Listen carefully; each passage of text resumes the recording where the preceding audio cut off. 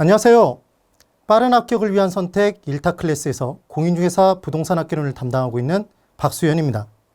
오늘 2022년도 공인중개사 1차 부동산 학개론 오리엔테이션을 진행하기 위해서 여러분을 찾아뵙습니다. 간단한 이력사항이에요. 궁금하신 분들은 한번 읽어보세요. 짧지 않은 강의 경력을 가지고 있습니다. 합격의 노하우가 쌓여져 있어요. 여러분들을 위해서 아낌없이 전달해 드리도록 하겠습니다. 우리 시험은 1차 시험과 2차 시험으로 구분되어 있습니다. 제가 강의하는 부동산 학개론은 1차 과목이네요. 짝꿍은 민법이에요. 이 두 과목을 합쳐서 평균 60점 이상이 돼야 1차 합격이 됩니다. 당연히 여러분 1차를 합격해야 2차 채점을 해주는 거예요. 그러니까 2차 합격이 됐는데 1차가 불합격이다. 그럼 불합격이 되는 겁니다. 그럼 중요한 건 1차에서 아무리 점수를 잘 받아도 그 점수를 2차에 넘겨줄 수는 없어요. 2차에서 아무리 점수를 잘 받아도 1차에는 못 넘겨주는 겁니다. 그럼 이번엔 아무나 시험을 볼 수 있느냐? 그렇진 않겠죠, 여러분. 응시 자격이 제한되는 경우가 있단 말이에요. 그 제한은 공인중개사 시험을 보다가 컨닝했어요. 그러면 5년 동안 시험 못 봅니다. 공인중개사 자격증을 땄는데 중개활동을 하다가 하지 말라는 걸 했어요. 자격이 취소됐네요. 3년 동안 시험 못 봐요. 이미 공인중개사 자격증을 갖고 있어요. 응시할 이유가 없겠죠. 근데 응시를 했어요. 응시 자체가 안 됩니다. 합격 기준은 아까 설명드린 것처럼 1차, 2차 각각 합격하셔야 돼요. 평균 몇 점? 60점 이상이어야 되죠. 그런데 아무리 평균 점수가 높아도 해당 과목, 한 과목이라도 이때 40점 미만이 되면 37.5가 되면 떨어지게 돼 있어요. 얘를 과락제도라고 합니다. 여러분 걱정하지 마세요. 저 박수현을 만난 순간 이때 과락이란 단어는 지워버리셔도 됩니다.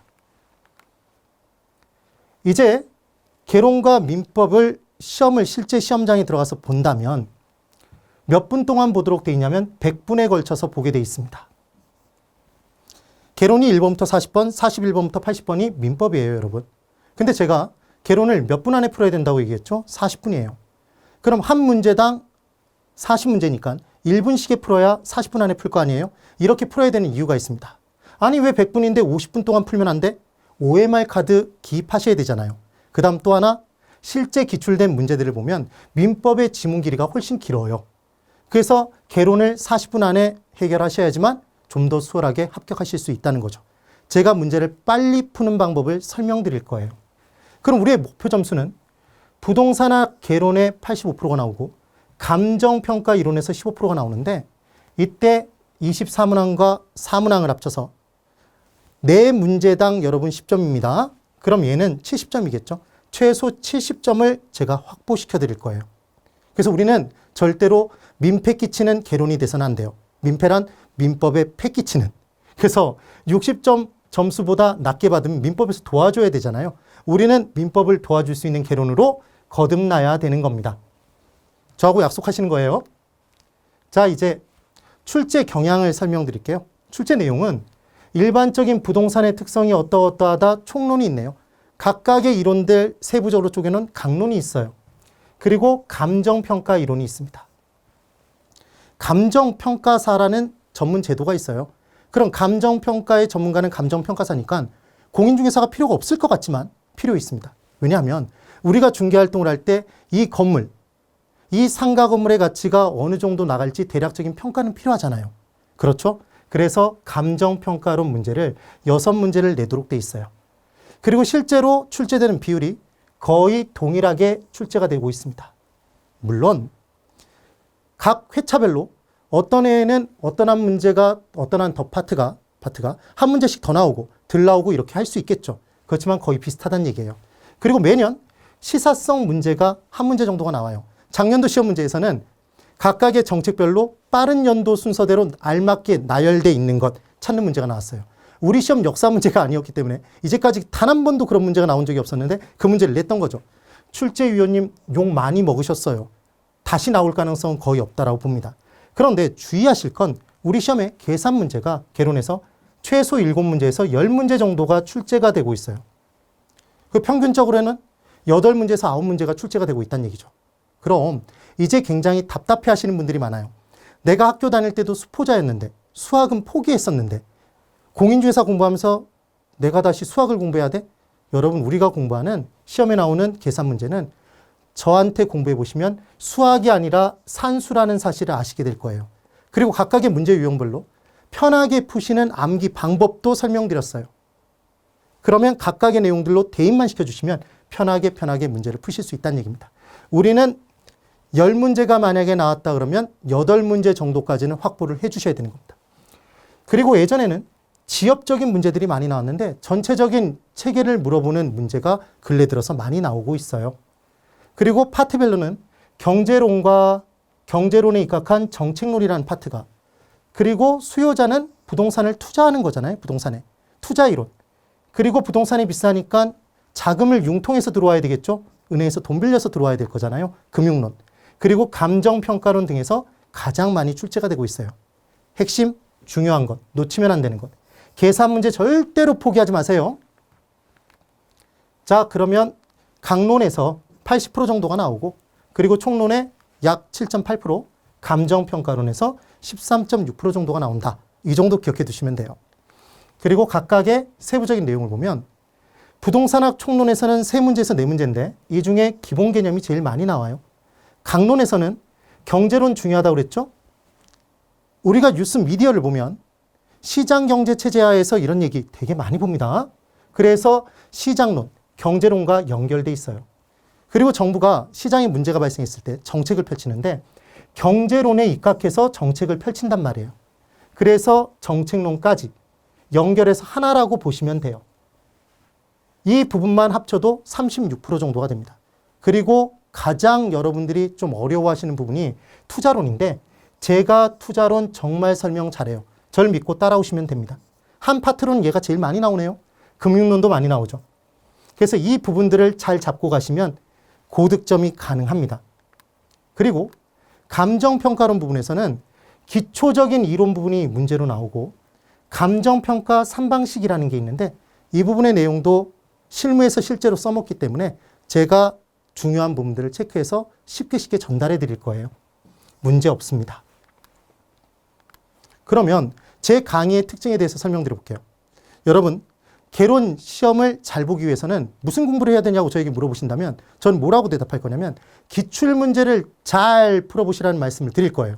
왜냐하면 실제 새롭게 우리가 이번에 32회 때 시험을 볼 텐데 이 32회 시험 문제도 31회까지 나왔던 기출문제에서 최소 80%에서 90%까지 나온단 말이에요. 평균적으로 85%가 기출문제예요. 그럼 저는 수업을 진행할 때 출제 경향을 철저하게 분석했겠죠. 그래서 합격을 위한 수업을 진행하고 있습니다. 그리고 제가 이론 강의를 진행할 때도 계속해서 묻고 답하는 멘토링 학습 기법을 사용할 것이고 마지막 부분에 기출문제를 풀어드릴 거예요. 그런데 수업을 듣다 보면 다 한 번에 이해가 될까요? 당연히 이해가 안 되는 부분도 있겠죠. 그럼 그냥 넘어가나요? 절대로 그냥 넘어가지 마세요. 저에게 질문하십시오. 그럼 제가 최대한 친절하고 세밀하게 확실한 해답을 드리겠습니다. 저는 단순히 여러분들에게 강의를 진행하는 강사가 아니라 여러분의 합격의 멘토가 될 겁니다. 자, 그러면 실제 제가 강의를 진행하는 모습을 한번 보여드릴게요. 샘플로. 저는 텍스트 자체로 그냥 설명드리는 걸 정말 싫어합니다. 왜냐하면 기억이 쉽게 휘발성돼서 날아가 버리거든요. 그래서 최대한 도식화 그리고 여러분들의 기억에 남을 수 있도록 암기 비법도 계속 설명드릴 거예요. 그럼 이제 가격과 수요량을 가지고 한번 중요한 내용, 매해마다 나오고 있는 내용을 설명드려 볼게요. 하나의 재화가 있는데 그때 단위당 가격이 100원이었답니다. 그때 수요자가 몇 개를 사겠다고 얘기했냐면 얘는 최대 50개를 사겠다고 얘기했어요. 그럼 지금 이 그래프상에 가격과 수요량의 조합인 점이 하나 찍힐까요? 그렇겠죠? 이 점은 지금 A점으로 가격 100원과 수요량 50개의 조합이에요. 이번엔 가격이 500원으로 올라갔어요. 여러분 수박 가격 올라가면 수박의 수요량은 증가하나요? 감소하나요? 당연히 감소하겠죠. 그래서 이때 사겠다는 양이 10개로 줄었습니다. 그럼 얘도 그래프상에 점으로 찍을 수 있을까요? 그럼 이 점은 무엇과 무엇의 조합이죠? 가격 500원과 수요량 10개의 조합이죠. 잘하고 계세요. 그럼 지금 그래프상에 가격과 수요량의 조합인 점이 두 개가 나왔는데 이 점 두 개를 연결하면 이와 같은 곡선이 나옵니다. 그럼 지금 얘는 여러분들 눈에는 곡선으로 보이겠지만 사실은 가격과 수요량의 조합인 무수히 많은 점들의 모임이 빼곡하게 보여서 선으로 보이는 거죠. 이게 바로 수요 곡선이에요. 하나의 수요가 곡선 하나로 나타난 겁니다. 그래서 지금 이 곡선은 단순한 점 두 개의 연결이 아닌 가격과 수요량의 조합인 무수히 많은 점들의 모임이 하나의 수요예요. 이 수요 하나가 무엇 하나로? 곡선 하나로 표시가 된 거죠. 그래서 우리가 학창시절에 수요 곡선 이렇게 얘기했던 게 사실은 수요를 나타내는 곡선의 줄임말이었던 거죠. 그럼 여기서 연습을 할게. 앞으로 우리는 곡선의 변화가 만약에 나타났다면 얘는 무엇의 변화라고 얘기한다? 얘를 수요의 변화라고 얘기를 합니다. 그럼 반대로 곡선의 변화가 없어요. 그럼 얘는 수요의 변화가 아니어서 다르게 부르겠네요. 부르는 이름이 다르다라는 얘기죠. 이렇게 배우는 거예요. 지금 배우고 계시죠? 그럼 시험에 나오는 게 수요의 변화와 수요량의 변화를 구분하는 문제가 나오는데 이제 그걸 명확하게 보여드릴게요. 해당 재화의 가격이 올라갔습니다. 해당 재화의 가격이 100원에서 500원으로 올라갔어요. 그러면 수요량이 지금 달라진 가격에서 수요량이 50개에서 10개로 변화하죠, 여러분? 맞죠? 그럼 점이 동일 곡선상에서 A점에서 B점으로 이렇게 이동된 거 보이시나요? 맞나요? 그럼 지금 여러분 곡선이 하나가 보이세요? 두 개가 보이세요? 곡선 하나죠? 그럼 얘는 곡선이 하나니까 곡선의 변화가 아니잖아요? 그러니까 얘는 무엇의 변화가 아니다? 수요의 변화가 아니겠죠. 얘를 뭐라고 부르냐면 수요량의 변화라고 얘기합니다. 그래서 오로지 하나 해당 재화의 가격이 변한 것. 얘를 우리는 가격의 변화라고 할 거래요. 가격이 변화했을 때만 얘는 달라진 가격에서 수요량이 변하는 것이고 얘를 뭐라고 부른다? 수요량의 변화라고 한답니다. 그런데 아파트 수요에서는 아파트 가격만 가격. 빌라 수요에서는 빌라 가격만 가격이에요. 그러니까 가격은 오로지 하나겠죠. 걔를 뺀 나머지는 다 가격 이외라고 불러요.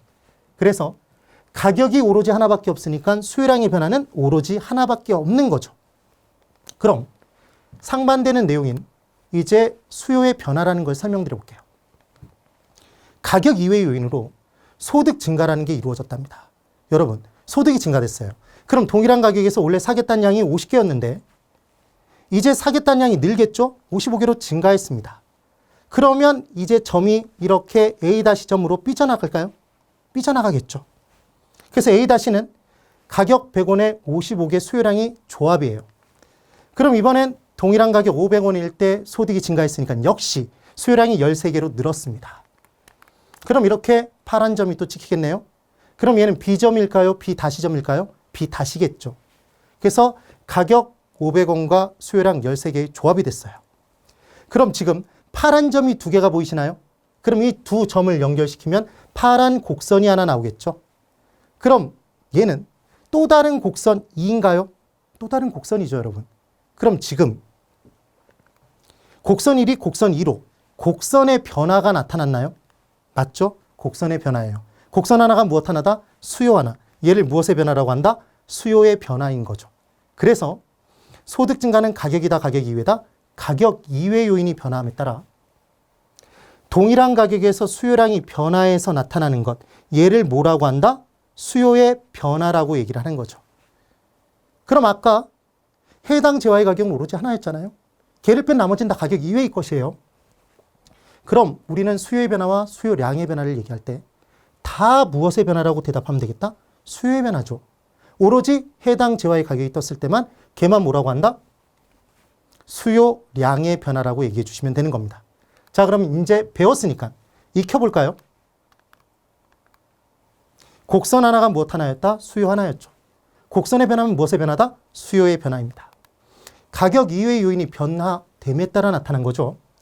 해당 재화의 가격을 제외한 나머지 모두는 가격 이외고 다 수요의 변화고 다 곡선의 변화인 거예요.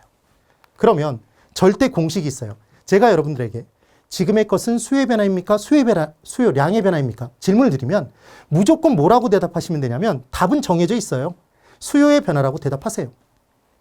무조건 곡선의 변화라고 대답하시는 거예요. 무조건 가격 이외의 것이 변화했다고 대답하시는 거예요. 단 하나, 오로지 해당 재화의 가격이 떴을 때만 얘만 뭐다? 수요량의 변화. 얘만 동일 곡선상의 점의 이동이 되는 거죠. 그러면 이제 기출문제로 한번 들어가 볼 겁니다. 가끔 개론을 상식으로 풀고 오셨다는 분들이 있어요. 이 문제는 상식으로 풀 수 있어요. 조금 더 어렵게 나오면 이제 배워야 되지만. 자, 1번. 균형 가격과 균형 거래량의 변화에 대한 설명으로 틀린 것을 골라보래요. 1번. 공급은 불변이고 수요가 감소했대요. 그럼 여러분, 수요가 줄었대요. 사겠다는 사람이 줄었습니다. 그럼 가격이 올라가요? 떨어져요? 떨어지죠. 그러니까 새로운 균형 가격은 하락하겠죠. 상승한다고 해서 얘는 X였단 말이에요. 찾으실 수 있겠죠? 물론 이 부분을 정말 자세히 설명드릴 거예요. 자, 이제 제가 설명드렸던 공급의 변화, 공급량의 변화도 수요의 변화, 수요량의 변화와 똑같은 문제예요. 그러면 모든 게 다 공급의 변화고 딱 하나만 공급량의 변화겠죠. 지금 해당 재화가 뭐죠, 여러분? 주택이죠, 주택. 그럼 우리는 이 문제가 딱 떴을 때 공급량의 변화 요인은 오로지 하나밖에 없잖아요. 뭐만? 주택 가격 상승만. 이게 해당 재화의 가격 변화죠. 얘만 공급량의 변화. 나머진 다 공급의 변화가 된다는 얘기입니다. 그럼 이 문제 풀 때 우리는 공급량의 변화 요인에서 주택 가격만 찾으면 끝나잖아요. 그럼 이 문제를 1분 걸려서 풀까요? 10초면 풀까요? 10초면 풀겠죠.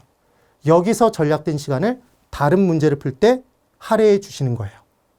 되셨나요? 이와 같은 수업을 계속 진행할 겁니다. 여러분 합격을 위해서. 자, 앞으로 우리 공부를 할 때 기초인문서를 가지고 기초적인 내용을 공부할 거예요. 그런데 이 기초인문서라고 해서 기초과정을 그냥 수박 겉핥기식으로 공부하지 않을 겁니다. 실제 시험에 나오는 부분을 제가 최소 10문제 정도는 건드려 드릴 거예요. 반드시 맞히실 수 있도록. 25점이 확보되겠죠. 그리고 우리는 기본 이론 과정을 진행할 거예요. 모든 내용을 빼놓지 않고 다 설명을 드릴 겁니다. 물론 중요한 부분에 방점을 찍어서 설명을 드리겠죠. 그런데 이론 과정을 들었는데 뭐가 중요한지 잘 모르겠어요. 그럼 핵심 요약 과정을 들어가야 되겠죠. 그리고 제가 아까 우리 시험은 기출문제에서 정말 많이 나온다고 그랬잖아요. 그러니까 기출문제집을 정확하게 풀어드릴 겁니다. 기출문제를. 그럼 그 기출문제에서 뭐가 중요한지 중요하지 않은지를 정확하게 구분해드리고 왜 이게 맞는 문장인지 틀렸는지를 확실하게 설명드릴 거예요. 그 기출문제를 기반으로 어떻게 나오는지 예상문제로 연습을 시켜드릴 겁니다. 그 다음 실제 시험처럼 40분에 걸쳐서 40문제 먼저 푸시고 제가 빠르게 푸는 방법 설명드리는 파이럴 모의고사를 진행을 할 거예요. 되시나요? 이 과정을 잘 따라오시면 여러분들의 합격은 당연히 보장이 되겠죠. 빠른 합격을 위한 선택 1타 클래스와 그리고 저와 함께 하시면 여러분들의 합격을 위해서 최대한 노력하겠습니다. 여러분들의 꿈을 응원합니다. 대단히 수고 많으셨습니다.